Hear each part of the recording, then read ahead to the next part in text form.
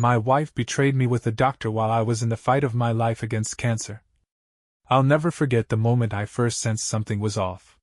It was subtle, almost too small to notice, a shift in her laughter, a glance that lingered just a second too long. But honestly, how could I have seen it coming? I'm James Miller, 42 years old, father of 2, and thanks to a cruel twist of fate, a cancer patient. Stage 2 pancreatic cancer, if you want the grim details. Up until recently, I believed I had everything a man could ask for: a loving wife, Emily, 2 incredible kids, and a relentless determination to beat this damn disease. Emily was breathtaking, golden-haired, razor-sharp, and effortlessly magnetic. She had this way of making people gravitate toward her, the kind of woman who could light up a room with just a smile. And when she looked at you, it was like you were the only person who mattered. But Emily also had a talent for getting exactly what she wanted, no matter the cost. I first met Dr. Lucas Carter during one of my never-ending chemo sessions. He was young, probably around 30, with that fresh out of med school look. Emily seemed to click with him immediately, laughing at his jokes, prying into his life beyond the hospital walls. At the time, I brushed it off as her just being friendly. She had always been good with people. Weeks blurred into months, and suddenly, Emily was the one making all the hospital trips. "You need to rest," she'd whisper, running her fingers through my hair. "Let me handle this." At first, I was grateful. Chemo was draining every ounce of strength I had, and the last thing I wanted was to keep dragging the kids back and forth. But then, the little things started stacking up. Her phone was always buzzing, and when I asked about it, she'd get cagey. Her visits to the hospital stretched longer and longer, sometimes well into the evening. "Lucas had a rough day," she'd say when I questioned why she was late. "We were just talking." Talking. Right. One night, I happened to see a message on her phone.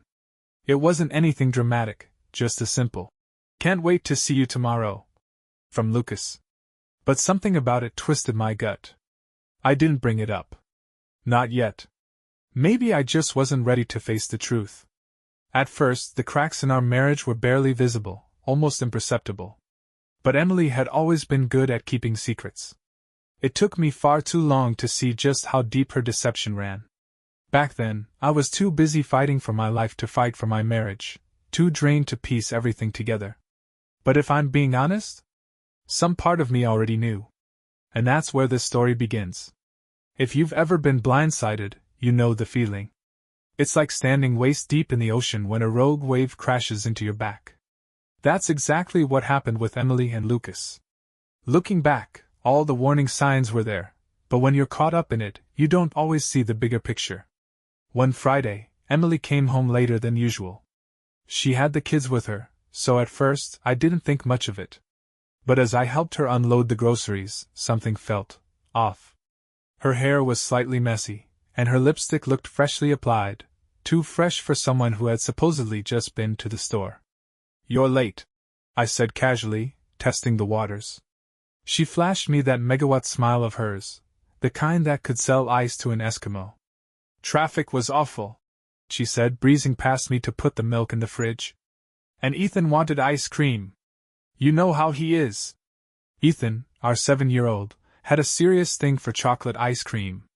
The excuse sounded reasonable enough, but there was something about the way she said it, too quick, too rehearsed. I let it go. For now. Over the next few weeks, it got harder to ignore the changes. Emily started dressing up more for her trips to the hospital, tight dresses, high heels, perfume she hadn't touched in years. When I teased her about it, she just laughed.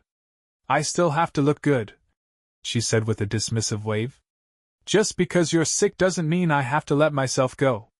I wasn't expecting that. And damn, it stung. The moment everything shifted happened one night when I accidentally overheard a conversation between Emily and Lucas. She was in the kitchen, her voice hushed but full of warmth. I was in the living room, mindlessly flipping through TV channels, when a snippet of their conversation drifted toward me. "You're too good to me," she said, her voice thick with something I couldn't quite place. "I don't know what I'd do without you." I leaned in, straining to hear more. Lucas's voice was muffled, but there was no mistaking it. You deserve this, Jess. You're amazing.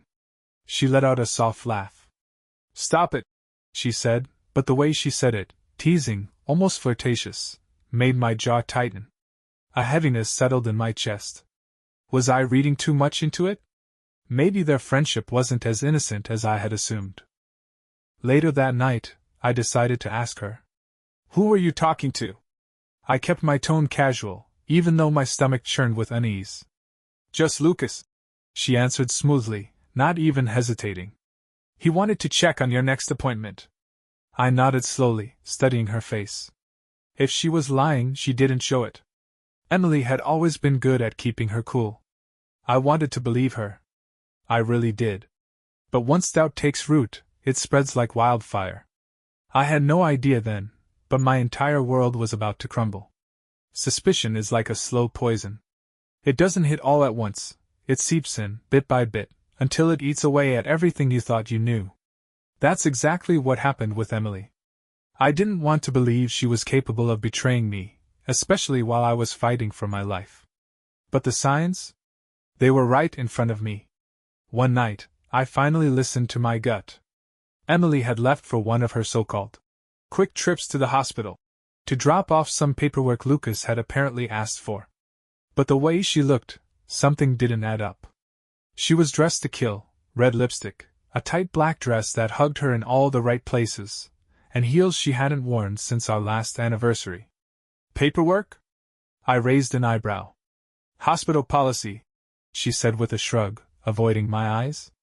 Lucas called earlier. He's drowning in work and needed a favor. You know how dedicated he is. Dedicated. Right. My jaw tensed, but I forced a smile. Of course. Don't stay out too late. The second she walked out the door, I grabbed my keys. I wasn't sure what pushed me to follow her that night, instinct, frustration, or maybe I was just done feeling like a fool. I pulled into the hospital parking lot about 20 minutes later, making sure to park in a far corner where I wouldn't be noticed. Emily's car was already there, sitting by the back entranced like it belonged. My pulse pounded in my ears as I slipped inside. The hallways were quiet, dimly lit, carrying that sterile emptiness hospitals have after hours.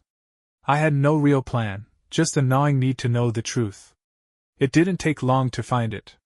Emily and Lucas were in my office. My office. The door was open just enough for me to see inside, and what I saw made my stomach lurch. Emily was perched on the edge of my desk, her dress hitched up to her thighs. Lucas stood between her legs, his hands gripping her hips, their mouths pressed together in a kiss that left zero room for misinterpretation.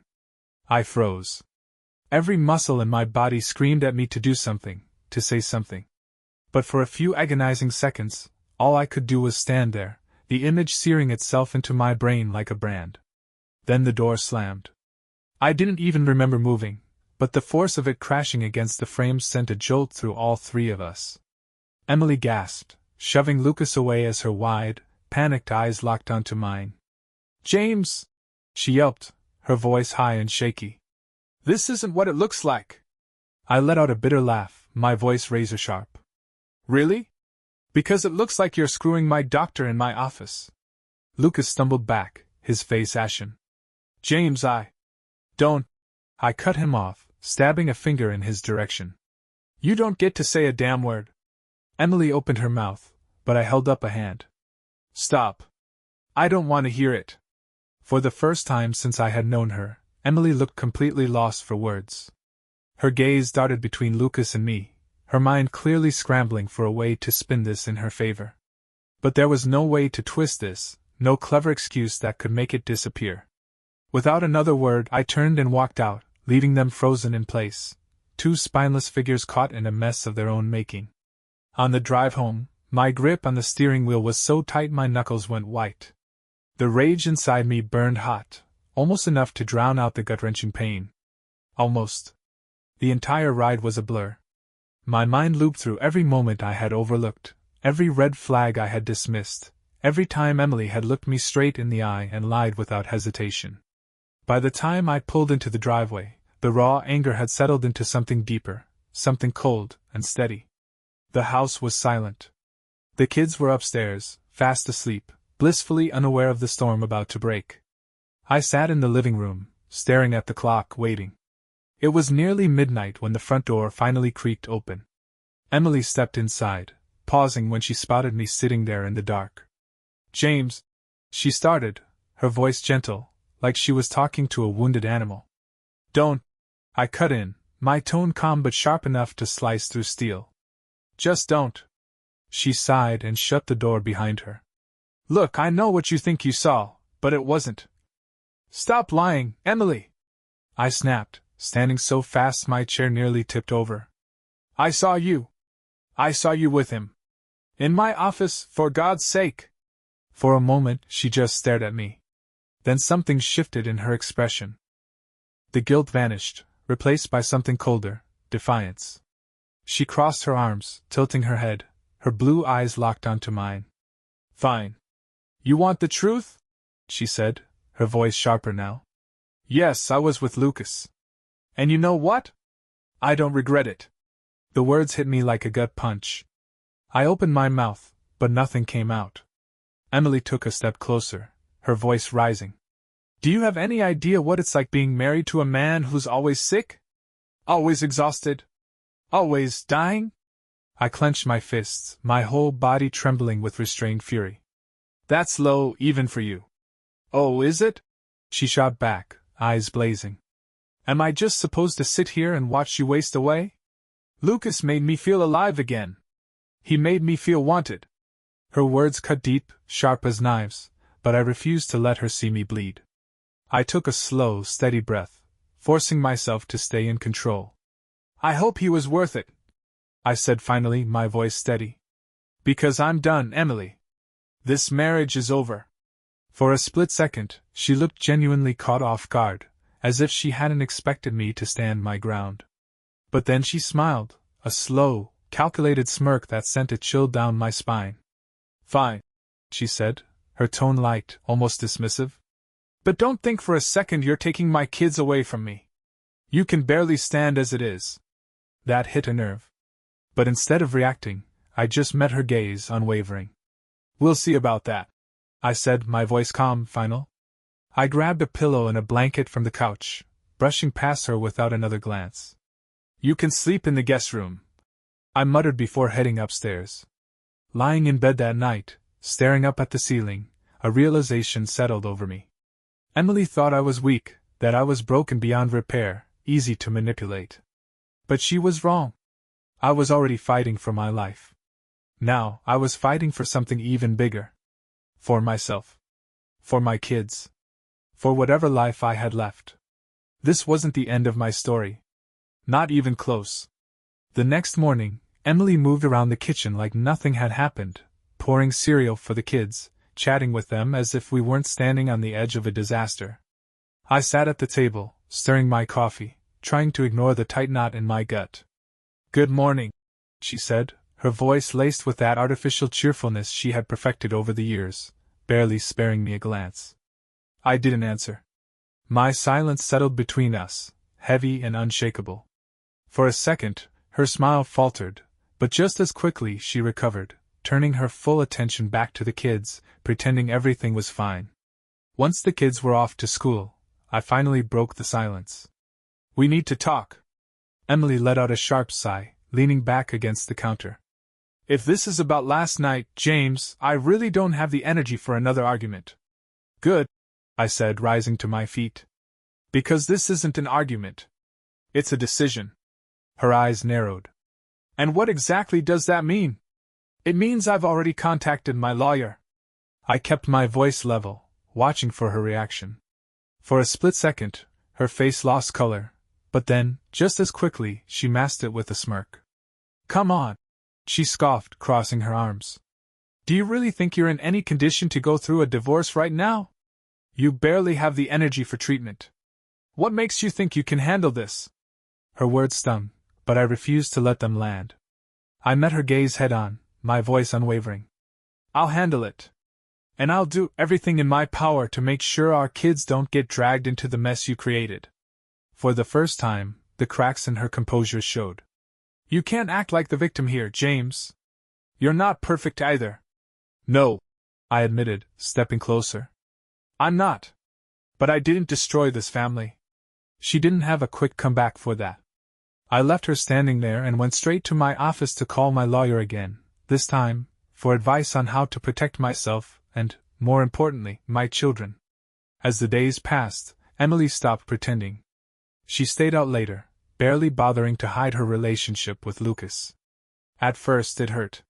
But eventually, that pain hardened into resolve. I wasn't going to let her manipulate me anymore. I was done playing the role of the weak, sick husband. It was time to take control.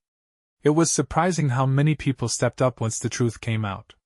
My neighbor Mike, who I'd always considered more of a casual acquaintance, showed up one evening with a six-pack and a pep talk that made me realize I wasn't as alone as I thought. Then there was Sarah. She worked in the oncology department, and had always been kind during my treatments. Her humor had been a bright spot in an otherwise dark time. When she found out what happened, she started checking in on me more often. One afternoon, she poked her head into the waiting room.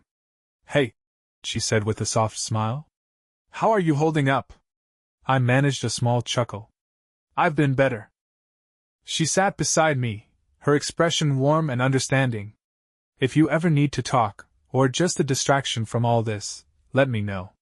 Sometimes it helps to have a friend." Her words stuck with me. Emily may have broken my heart, but she didn't break me. I wasn't ready to move on, but for the first time in months, I felt a glimmer of hope. This was just the beginning of the fight, and I was ready for it. If cancer had taught me anything, it was that battles were won one step at a time. I wasn't just fighting the disease anymore. I was facing a divorce, and Emily wasn't going to make it easy. My first meeting with my lawyer, Mark Hayes, was a wake-up call. He was in his mid-50s, all business, with a sharp mind and a reputation for being ruthless in court. As I sat across from him, he leaned back in his chair, tapping a pen against his legal pad. "So," he said dryly, "your wife is sleeping with your doctor. That's fantastic." Despite myself, I let out a laugh. That's one way to put it. Mark nodded. "Here's the deal. We need to get ahead of this. Emily will play dirty, especially if she feels her reputation is at stake. Have you documented anything?" I hesitated. I caught them, in the act. But I didn't write anything down. Mark arched an eyebrow. "Witness testimony is useful, but hard evidence is better. Start saving everything, texts, emails, anything that proves what she's been doing." Mark hesitated for a moment, his tone softening. "I know this isn't easy, especially with everything else you're dealing with. But if you want custody of your children, you need to show the court that you're the stable parent. Emily's behavior might help your case, but it's not a guarantee." I nodded, letting his words sink in. The idea of digging through Emily's lies, collecting proof of her betrayal, made my stomach turn. But I wasn't doing this for revenge. I was doing it for my kids. That night, I started my own quiet investigation. I knew Emily's habits, her daily routine, and, most importantly, her weaknesses. She wasn't as careful as she thought she was. Her phone was the jackpot. She rarely deleted her messages, and what I found was worse than I had imagined. A treasure trove of damning texts between her and Lucas.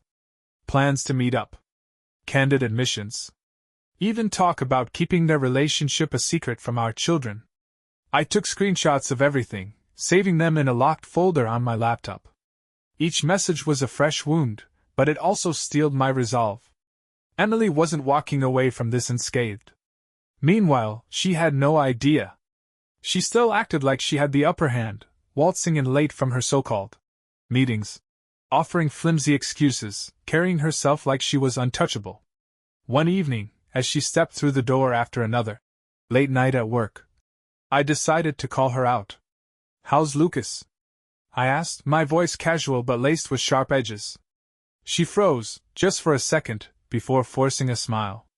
"I don't know what you're talking about. Don't insult my intelligence, Emily. I've seen the messages. I know everything." Her smile faltered, panic flashing in her eyes before she masked it with anger. "You went through my phone?" "Damn right I did," I said, standing up. "And so will the court. Every single message." Her expression turned icy, her voice venomous. You're pathetic. Spying on me like some jealous teenager. Good luck convincing a judge you're a better father when you can barely stay out of a hospital bed. I exhaled slowly, my grip tightening at my sides. We'll see who's pathetic when this is over, I said, my voice steady. She glared at me, but for the first time, I saw something flicker behind her cold stare. Fear. She knew she had finally lost control. Emily stormed upstairs, slamming the door so hard it echoed through the house. I sank back into my chair, my heart racing, but beneath all that adrenaline, my determination burned brighter than ever. This wasn't just about ending a marriage anymore. It had become a mission to protect my kids and reclaim my life. Emily may have lit the match, but I was ready to douse the flames, and I was determined to have the last word. The days following that explosive confrontation were thick with tension, like a guitar string stretched to its limit in the hands of a Red Hot Chili Peppers guitarist.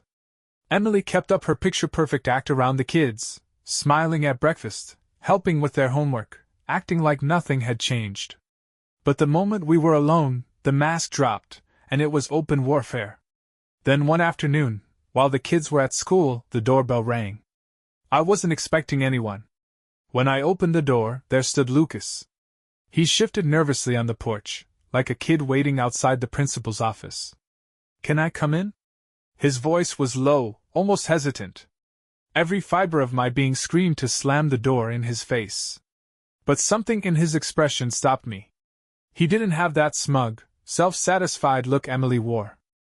Instead, he seemed unsure. Almost embarrassed. Make it quick, I muttered, stepping aside just enough for him to enter. We sat in the living room, the silence between us thick and awkward. Finally, Lucas cleared his throat, his eyes darting around like he was searching for the right words. Look, I know I'm probably the last person you want to see right now. He started, his voice shaky. But I needed to say something. I crossed my arms, my face giving nothing away. I was listening, but not forgiving. I messed up, he blurted out, the words tumbling out like they'd been bottled up too long. I never should have gotten involved with Emily. It was wrong, and I regret it. I'm not here to make excuses. I needed to apologize. I arched an eyebrow, my skepticism clear. You think an apology fixes this? You slept with my wife, Lucas. You didn't just hurt me, you helped destroy my family. He flinched, but he didn't try to defend himself. You're right. I deserve that. I probably deserve worse. But I'm done. With Emily. I told her it's over. His words caught me off guard. Why now? I asked, narrowing my eyes slightly. He hesitated, running a hand through his hair, clearly searching for the right words. Because I finally see her for who she really is. At first, I thought she was different. She seemed charismatic, fun, exciting. But now I see the lies, the manipulation. She's not the person I thought she was. I leaned back in my chair, studying him carefully.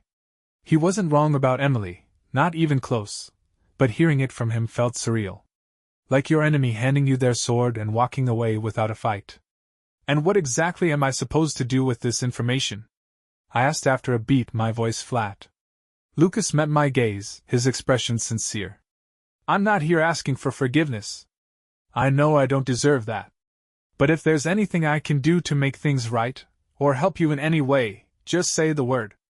I didn't trust him. Not yet. Maybe not ever. But his offer planted a seed in my mind. Emily believed she had Lucas tightly wrapped around her finger, her loyal pawn. If he was truly willing to turn against her, that could be a serious game-changer. You want to help? I said after a long, tense pause. Start by staying out of my family's life. Completely. And if you're really done with Emily, prove it. Cut ties for good. Don't let her pull you back in. Lucas nodded, his face serious, his jaw tight. You have my word. When he left, I stood by the window for a moment, watching him disappear down the street. Something in my gut told me this wasn't the last time I'd see him. But I had bigger battles to fight. Emily wouldn't take this lightly. If Lucas was truly out of the picture, she'd find another way to keep her claws in. But I wasn't going to flinch. Not this time. It didn't take long for Emily to realize Lucas was gone. I knew the exact moment it hit her. She walked into the kitchen one morning, her usual forced smile slipping into something colder, sharper, almost predatory. Her eyes locked on me, dark and calculating, like a predator sizing up its prey. "You think you're so smart," Emily sneered, pouring herself a cup of coffee. Her tone was light, almost casual, but every word dripped with venom. I didn't bother looking up from my laptop. "Good morning to you, too," I replied dryly. She slammed the mug onto the table with a sharp thud, coffee sloshing over the rim and onto the surface. "Don't play dumb, James. I know you talked to Lucas. What did you say to him?" "Huh? Did you beg him to leave me?" I leaned back in my chair, crossing my arms. "Didn't have to beg," I said calmly. "He figured it out on his own, realized exactly what kind of person you are." Her face flushed a deep red, a mix of rage and embarrassment twisting her features. For a split second, I thought she might hurl the mug straight at me. Instead, she leaned in, her face inches from mine, her voice dropping to an icy whisper. "You think you've won? This isn't over. You want a divorce? Fine. But you're not taking my kids, and you're definitely not walking away from this unscathed." I held her gaze, refusing to flinch. "We'll see about that." What followed was a blur of legal battles, court filings, tense meetings with mediators, and hushed strategy sessions with my lawyer. Emily wasted no time crafting her narrative, painting herself as the picture-perfect mother, devoted, selfless, the victim. Meanwhile, she worked overtime trying to make me look incompetent and unstable. "She's spinning this like she's Joan of Arc," Mark, my attorney, said during one of our strategy meetings. "But don't worry. The evidence we've got on her will shred that halo to pieces." The texts I had collected were damning, clear, undeniable proof. But Emily wasn't one to go down quietly. She claimed the messages were taken out of context, weaving elaborate tales about how Lucas had relentlessly pursued her, while she valiantly tried to resist his advances.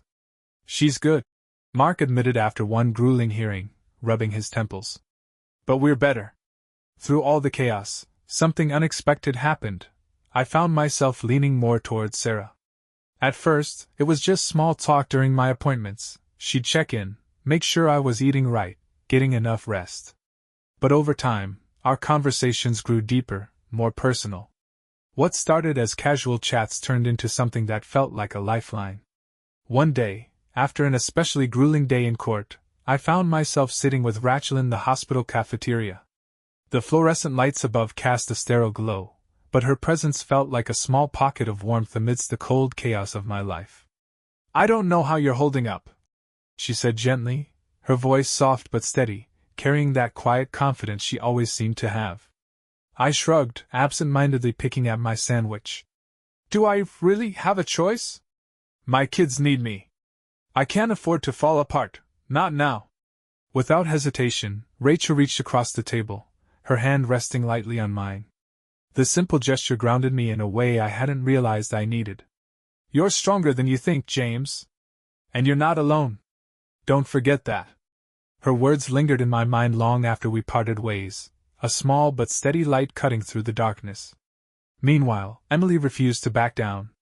When her legal tactics started falling flat, she shifted gears, aiming for something far more personal, trying to turn the kids against me. At first, it was subtle, little digs woven into casual conversation. "Your dad seems really tired all the time, doesn't he?" Or, "Don't you wish he'd play with you more?" But it didn't stay subtle for long. The remarks grew sharper, more direct, dripping with venom disguised as concern. One evening, my daughter Emma shuffled into the room, tears streaming down her face. She clutched my shirt like it was the only thing keeping her grounded. "Mommy says you don't love us anymore," she sobbed, her small voice cracking under the weight of words she shouldn't have had to carry. "She says you're too busy being mad at her to care about us." I felt my heart shatter into pieces, but I swallowed the ache, pulling her close and stroking her soft hair. "That's not true, sweetheart. Not even a little bit. I love you and your brother more than anything in this world. Nothing will ever change that. Don't you ever forget it, okay?" Emily's cruelty knew no limits, but I refused to let her poison seep into my relationship with my kids. I doubled down on my time with them, taking them to the park, helping with homework, reading bedtime stories, even if I was running on fumes. I wanted them to see me for who I really was, not the distorted version Emily tried to paint. And little by little, it started to work. I saw it in their eyes, in their laughter, in the way they clung to me without fear or doubt. The truth had a way of shining through, even in the shadows she tried to cast. Emily wasn't used to losing, and each small victory on my part seemed to push her further off balance. Her desperation showed in subtle cracks at first, missed details, forced smiles, but soon it spilled into the open. She became erratic, showing up late to court-ordered mediation sessions with flimsy excuses like, "I was really busy," or blaming traffic jams that clearly didn't exist. But the more she tried to cover her tracks, the worse it made her look. The narrative she fought so hard to control was slipping through her fingers, and she knew it. One day, during a heated custody hearing, Mark leaned over and whispered, "Look." I followed his gaze to the front of the courtroom where Emily stood confidently at the podium, her voice smooth and steady as she painted herself as the devoted mother. She spoke about being the primary caregiver, how she had sacrificed everything for the family, and of course, played the victim card, subtly framing me as negligent and absent. Then Mark stood up, his expression calm but razor-sharp. He held a stack of printed text in his hand like they were loaded ammunition. "Mrs. Henderson," he began, his voice steady and firm. "Can you explain these messages?" Emily's confident facade flickered, the cracks forming the moment Mark started reading aloud. The texts were between her and Lucas, clear, undeniable evidence. In them, she blatantly referred to our children as a burden, and complained about having to pick them up from school because it interfered with her plans to meet Lucas. The words echoed in the silent courtroom, each sentence chipping away at the perfect image she'd worked so hard to project. The judge's face remained unreadable as they scanned the documents, but Emily's demeanor betrayed her. She stammered, fumbling over excuses, trying desperately to explain them away. But the damage was done. No amount of smooth talking could erase the words she had written herself. When the hearing finally ended, I walked out of that courtroom feeling lighter, like a weight I'd been carrying for months had finally been lifted. For the first time in what felt like forever, I felt like I had the upper hand. That night, after the kids were tucked in and the house was quiet, I sat on the porch with a cold beer, staring up at the stars.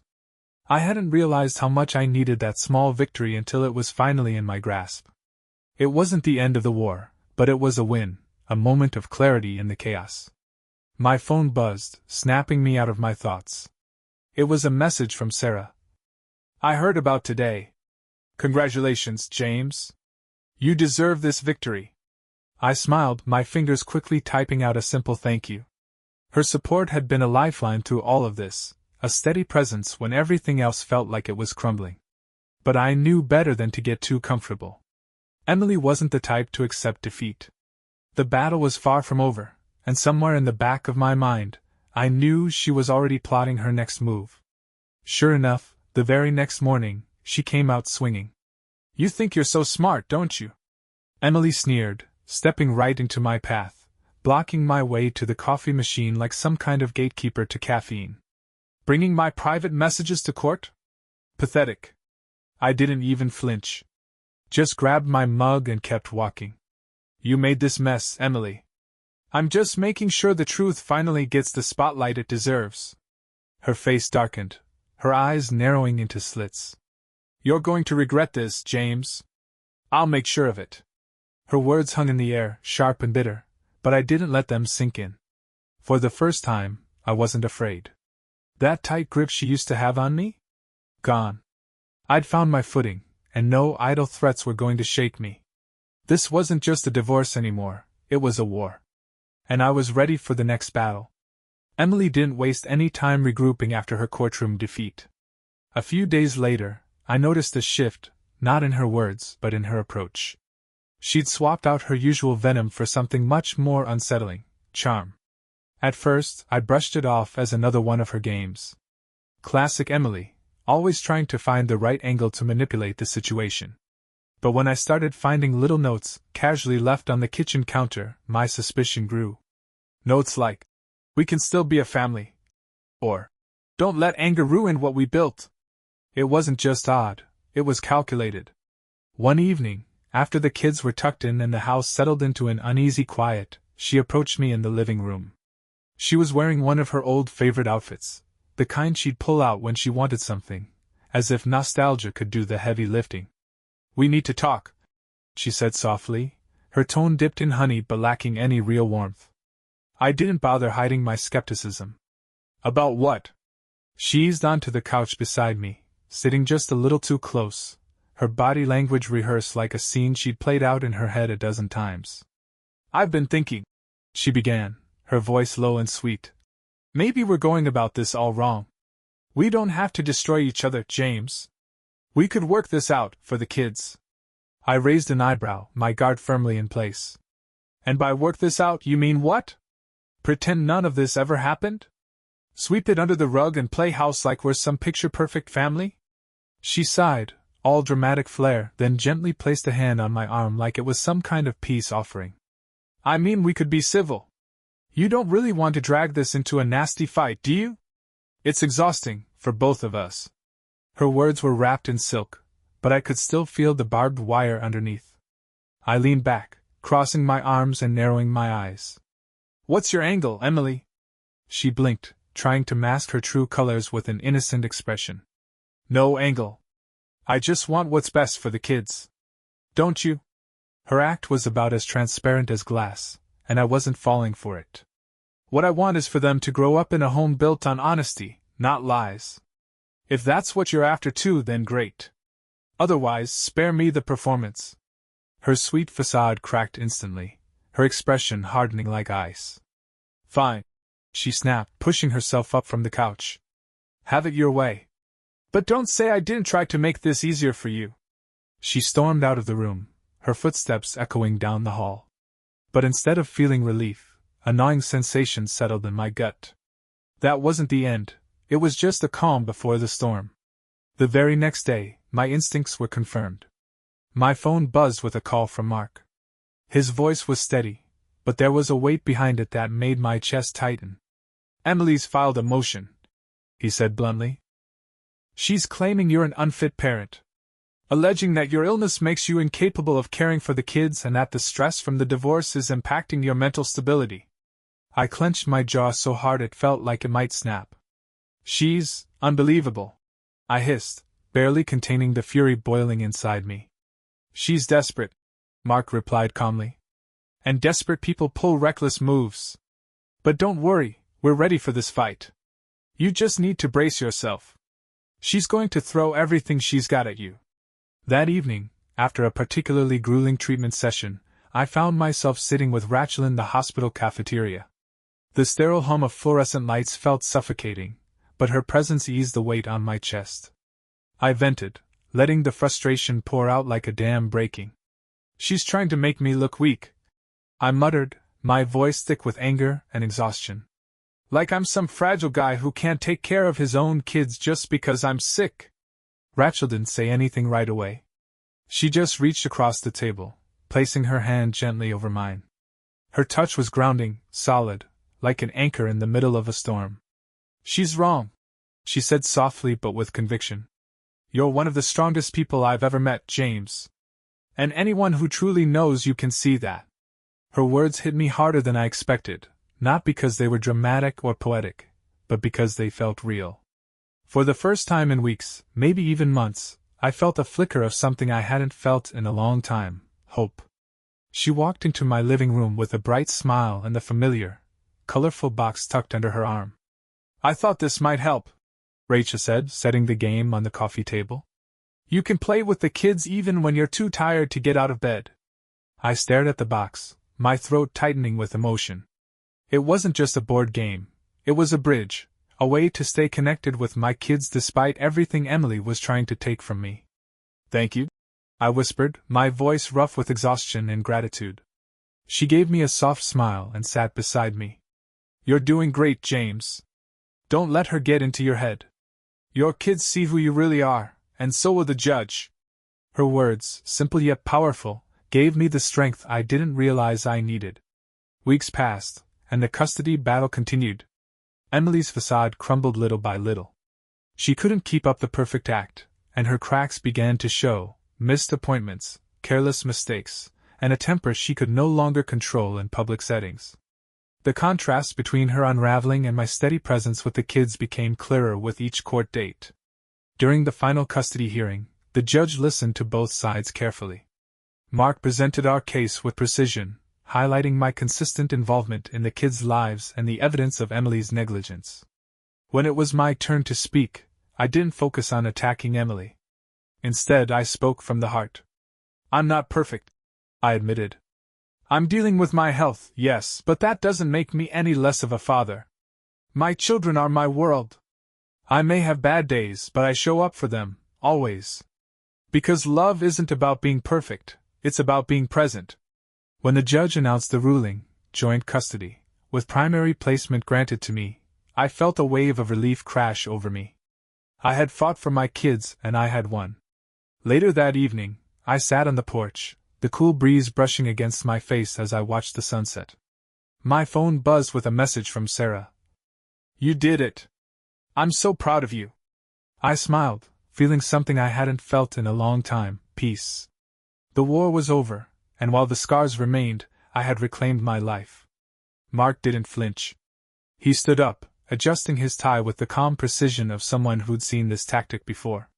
"Your Honor," he began smoothly, "if the purpose of this hearing is to determine the best environment for the children, then I'd argue that Mr. Henderson spending time with a supportive friend, who's been nothing but a positive influence, is hardly grounds for concern.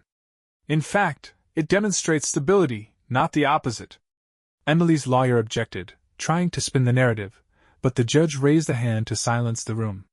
He turned to me, his gaze steady. "Mr. Henderson, would you like to respond?" I stood up slowly, my heart racing, but I kept my voice steady. "Yes, Your Honor. Rachel's a friend. She's been there for me during one of the hardest times in my life, not as a distraction, but as support.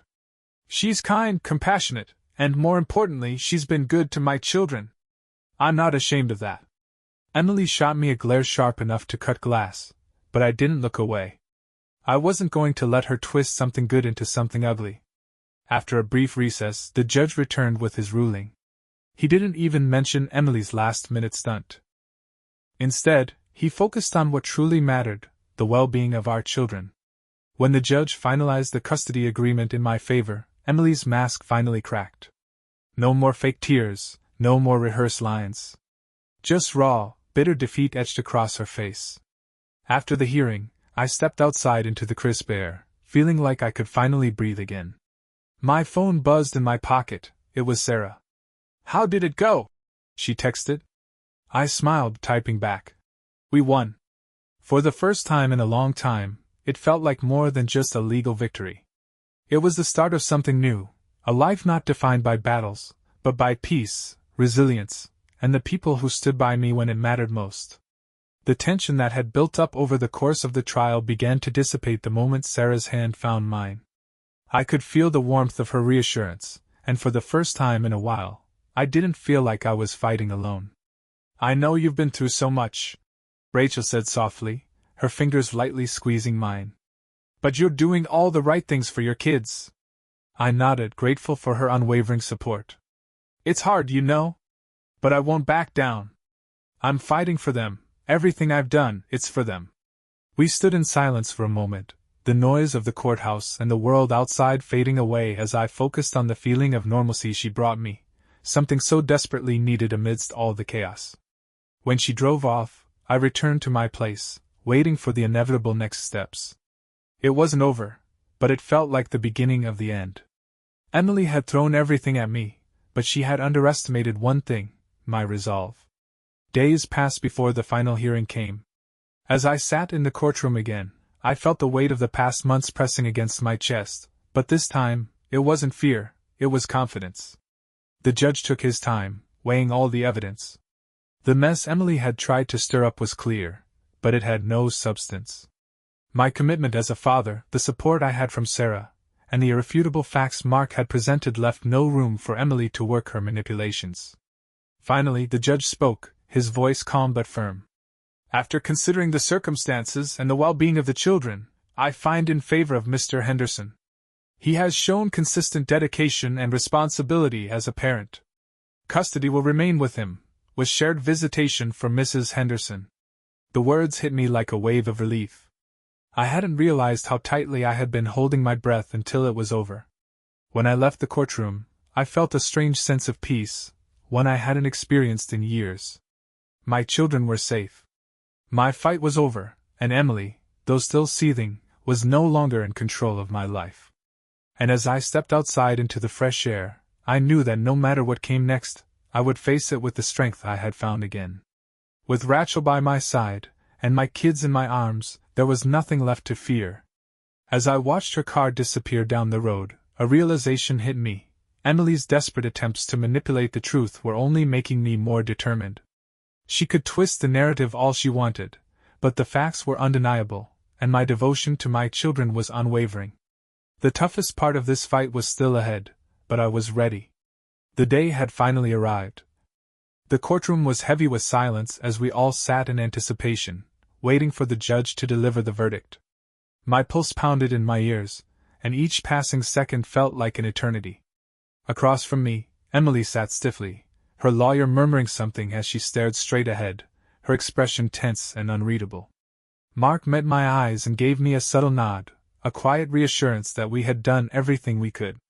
Now, all that was left was to hear the outcome. Clearing her throat, the judge surveyed the room before speaking. This case was not an easy one, but my ruling is based on the evidence provided and, most importantly, the best interests of the children. She paused, and in that brief silence, I realized I had stopped breathing. The court grants primary custody to the father of James. A wave of relief crashed over me so intensely that, for a moment, the room seemed to blur. Across the aisle, Emily let out a sharp gasp, her lawyer leaning in to murmur something as she muttered under her breath. Whatever she said, I didn't care. The judge continued, explaining the terms of visitation and stressing the importance of co-parenting. But her words faded into background noise as I turned to Mark, who gave me a small, victorious smile. "It's done," he said in a low voice. Stepping outside, the crisp air hit my face, and for the first time in months, I felt like I could finally breathe again. Rachel was waiting on the courthouse steps, her face filled with a mix of hope and nervous anticipation. The moment our eyes met, her expression softened into a smile. "Well?" she whispered. In just a few strides I closed the distance between us and pulled her into a tight embrace. "We did it," I murmured. She wrapped her arms around me even tighter, and for that brief moment, the rest of the world faded away. The next morning brought a completely different kind of anticipation, the results of my medical tests. Sitting in the doctor's office, I kept my hands clasped tightly in my lap while Rachel sat beside me, her presence steady and reassuring. Dr. Patel walked in, a folder in hand, his expression neutral, not grim, but not giving anything away either. He settled into the chair across from us and flipped open the file. "Well, James," he said, his tone calm, "I have good news. Your scans are clear. There's no sign of the cancer coming back." At first, the words didn't fully register. I blinked, staring at him as if he were speaking a language I didn't understand. "It's gone?" My voice trembled as I forced out the question. He nodded, and for the first time, a genuine smile broke through his professional demeanor. "You beat it." Beside me, Rachel let out a deep breath, her grip on my hand tightening. My vision blurred, but this time, the tears weren't from sorrow, they were from sheer, overwhelming relief. That evening, as the kids ran through the yard, their laughter echoing in the warm air, Rachel and I set the table for dinner. And for the first time in years, I felt something stir inside me, the will to truly live again. Emily, consumed by her own bitterness, refused to acknowledge the damage she had caused. She withdrew into her resentment, unwilling to take responsibility. But I had finally let go. I wished her well for the sake of our children, but I was done looking back. As the sun dipped below the horizon, casting streaks of gold and crimson across the sky, I turned to Sarah. Her laughter mixed with the joyful shouts of the children playing nearby, and the sight filled me with something I hadn't felt in a long time: peace. The road had been long and exhausting, but it had led me here, to a place of love, hope, and new beginnings. The future stretched ahead, uncertain yet full of possibility. And for the first time in years, I was ready to embrace it, hand in hand with the woman who had taught me how to live again.